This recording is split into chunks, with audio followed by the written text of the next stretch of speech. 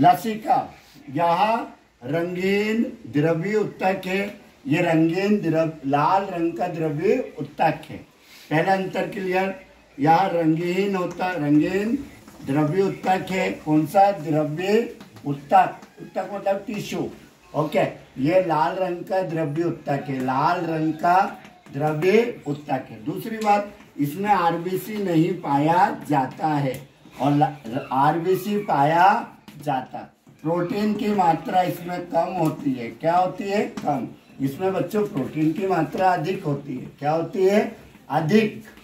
Clear है?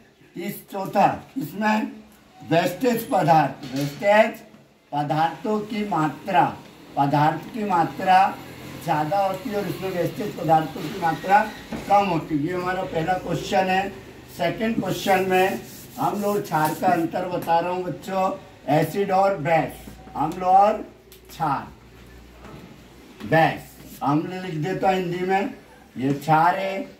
अम्ल स्वाद में खट्टे होते हैं, ये स्वाद में कड़वे होते हैं, कड़वे व कसेले होते हैं। ये अम्ल जो है नीले लिटमस पेपर को लाल लिटमस पेपर में बदल देते हैं, जबकि क्षार जो है लाल लिटमस पेपर को नीले रंग के लिटमस पेपर में चेंज करते हैं। ये इनका जली विलयन में हमेशा H धन आयन प्रोवाइड करते हैं, एक्वस सॉल्यूशन, और ये जली विलयन में OH नेगेटिव आयन देते हैं। क्लियर है? इसका पीएच मान 7 से कम होता है और इनका पीएच मान 7 से अधिक होता है। क्लियर? और इसका एग्जाम्पल है HCl, H2SO4, ये हमारे स्ट्रॉन्ग एसिड हैं, और हमारा KOH, NaOH, ये हमारा स्ट्रॉन्ग बेस है। ठीक है, अगला क्वेश्चन हम कर रहे हैं, एसिड बेस हो गया। नेक्स्ट आपको बता रहा हूं धातु अधातु, मेटल और नॉन मेटल। बच्चों, जो अगली एग्जाम है बोर्ड की, इंडिया के ऑल स्टेट बोर्ड एग्जाम, सभी में इनमें से क्वेश्चन आएंगे। अलग अलग नंबर के रहेंगे, लेकिन आएंगे जरूर। चाहे MP बोर्ड हो, UP बोर्ड हो, बिहार बोर्ड हो और हरियाणा बोर्ड हो, सभी बोर्ड में ये क्वेश्चन आते हैं, कॉमन क्वेश्चन होते हैं। तो धातु अधातु, प्राय धातु सॉलिड स्टेट में पाया जाता, मरकरी को छोड़कर। कौन सी अवस्था में पाए जाते हैं धातु? ठोस अवस्था में। अधातु ठोस द्रव गैस। यदि आपसे उदाहरण पूछ ले तो यहाँ कार्बन दे देना, यहाँ ब्रोमीन दे देना, यहाँ पर आप नाइट्रोजन, हाइड्रोजन, कुछ भी गैस का नाम लिख देना। दूसरी बात, धातु जो है ना, ऊष्मा तथा विद्युत के सुचालक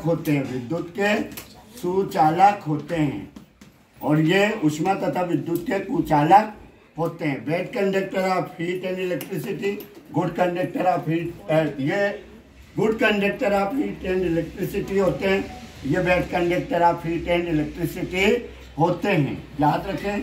अगला, इनमें आघात वर्धनीयता का गुण पाया जाता है। आघात वर्धनीयता का गुण पाया जाता है। मतलब धातु को हम हथौड़े से पीटे तो इसकी बारीक बारीक बहुत सारी सीट बना सकते हैं। ये भंगूर होती है। क्या होती है? कोयले को हथौड़ा मारोगे चूर चूर हो जाएगा, मतलब भंगूर होती है। दूसरी बात, इनमें तन्यता का गुण पाया जाता है, इनमें नहीं पाया जाता। तन्यता मतलब धातु से आसानी से तार बनाए जा सकते हैं, इस गुण को तन्यता का गुण कहते हैं। डक्टिलिटी बोलते हैं, इसमें डक्टिलिटी का कैरेक्टर नहीं होता है। ये चमकदार होती है, ये चमक विहीन होती है, इनमें चमक नहीं होती। तो ये मेरा मेटल नॉन मेटल का क्वेश्चन हो गया। अगला क्वेश्चन मैं आपको बता रहा हूँ। अगला क्वेश्चन आपका जो है, साबुन और अपमार्जक में अंतर। साबुन और अपमार्जक में अंतर। सोप एंड डिटर्जेंट, ये सोप है, ये डिटर्जेंट है। ये भी बहुत इंपॉर्टेंट क्वेश्चन बनता है बेटे। तो सोप और डिटर्जेंट सिंपल, लंबी श्रृंखला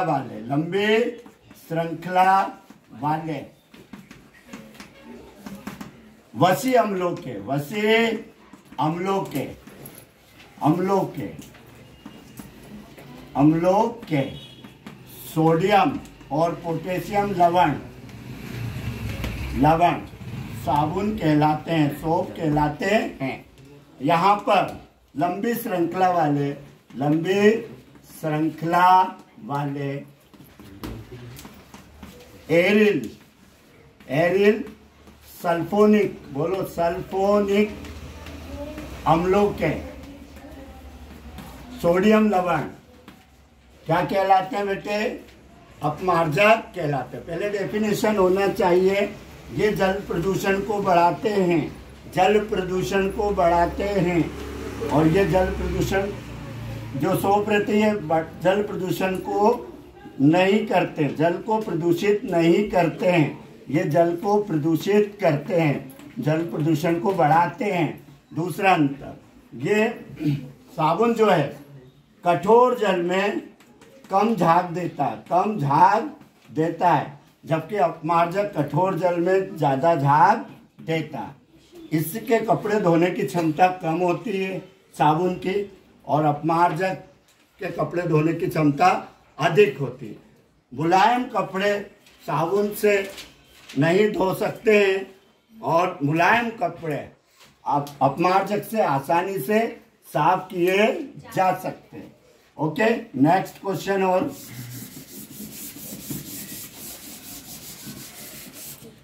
नेक्स्ट क्वेश्चन है आपका, अंतर वाले ले रहा हूं मैं। अंतर वाला क्वेश्चन, अंतर वाला जो क्वेश्चन है, अलैंगिक प्रजनन, अलैंगिक प्रजनन मतलब एसेक्सुअल रिप्रोडक्शन, और लैंगिक प्रजनन सेक्सुअल रिप्रोडक्शन। देखो, अलैंगिक प्रजनन के लिए नर और मादा की आवश्यकता नहीं होती है ना, नर और मादा दोनों की आवश्यकता नहीं होती है। यहाँ पर जैसे यहाँ पर अमीबा यदि मेल है या फीमेल है, वहाँ से एक डॉटर अमीबा का जन्म हो सकता। पेरेंट्स और जो ऑफ स्प्रिंग रहते हैं, संतान सेम होती है। यहाँ पे नर और मादा की आवश्यकता होती है। इसमें निषेचन की क्रिया नहीं होती, फर्टिलाइजेशन, इसमें फर्टिलाइजेशन होता है, आवश्यक होता है। यहाँ पर फर्टिलाइजेशन नहीं होता, यहाँ फर्टिलाइजेशन की आवश्यक होता है। यहाँ पर जो है अधिक यह बहुत तेजी से होता है, बहुत तेजी से होता है ये प्रजनन अलैंगिक, और ये धीमी गति से होता है। कैसा होता है? धीमी गति से होता है। ये हो गया आपका अलैंगिक प्रजनन और लैंगिक प्रजनन। एक क्वेश्चन और समझा देता हूँ। ये वीडियो आपको अच्छा लगे, मैं कोशिश कर रहा हूँ फास्ट समझाने की, ताकि बच्चा है ना कम समय पे ज़्यादा क्वेश्चन आंसर रेडी कर ले, इसलिए मैं जल्दी जल्दी समझाने की कोशिश कर रहा हूँ। अगला क्वेश्चन, स्वपरागण, पर परागण, पर परागण इसे बोलते हैं सेल्फ पॉलिनेशन, और इसे क्रॉस पॉलिनेशन।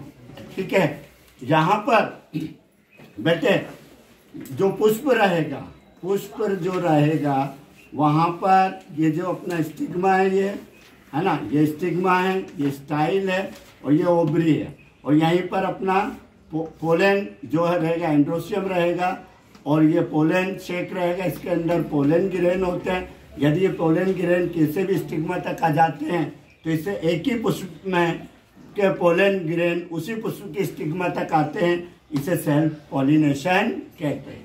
अब एक पुष्प के पोलन ग्रेन दूसरे पुष्प के स्टिग्मा तक पहुंचते हैं, उसे क्रॉस पॉलिनेशन कहते हैं। यहाँ मीडियम की रिक्वायरमेंट नहीं होती, मीडियम की रिक्वायरमेंट नहीं होती, यहाँ माध्यम की आवश्यकता होती, माध्यम की आवश्यकता होती। क्या बेटे? जल के द्वारा पहुंच सकते हैं, हवा के द्वारा पोलन ग्रेन पहुंच सकते हैं। तीसरा कि एक कीट यहाँ रहेगा, वो कीट के पोलन ग्रेन उसके पैर से चिपक कर वो उड़कर इस फूल पर जाएगा, तो यहाँ स्टिग्मा होगी, वहाँ पर छोड़ देगा। यहाँ ये इसमें फूल खिला है, खिला होना जरूरी नहीं, इसमें फूल खिला होना चाहिए, तभी इंसेक्ट उसकी ओर अट्रैक्ट होते हैं। यहाँ पर पोलन ग्रेन कम मात्रा में रिलीज होते हैं, पोलन ग्रेन कम मात्रा में रिलीज होते हैं, बच्चों यहाँ पोलन ग्रेन अधिक मात्रा में रिलीज होते हैं, क्योंकि उसको डिस्टेंस ट्रेवल करना, ज़्यादा दूर तक जाना, तो कुछ पोलन ग्रेन बीच में गिर जाएंगे, कुछ ही पोलन ग्रेन वहाँ तक पहुँच पाते हैं। तो ये रहा आपका सेल्फ पॉलिनेशन और cross pollination. Thanks for watching my video, और इस चैनल को आप लाइक शेयर सब्सक्राइब करें। क्लास 10th के लिए मैं ऑल सब्जेक्ट के वीडियो बनाऊंगा और बहुत बेहतरीन तरीके से समझाने का प्रयास करूंगा। आप मेरे चैनल को सब्सक्राइब शेयर ज़रूर करें। Thank you very much.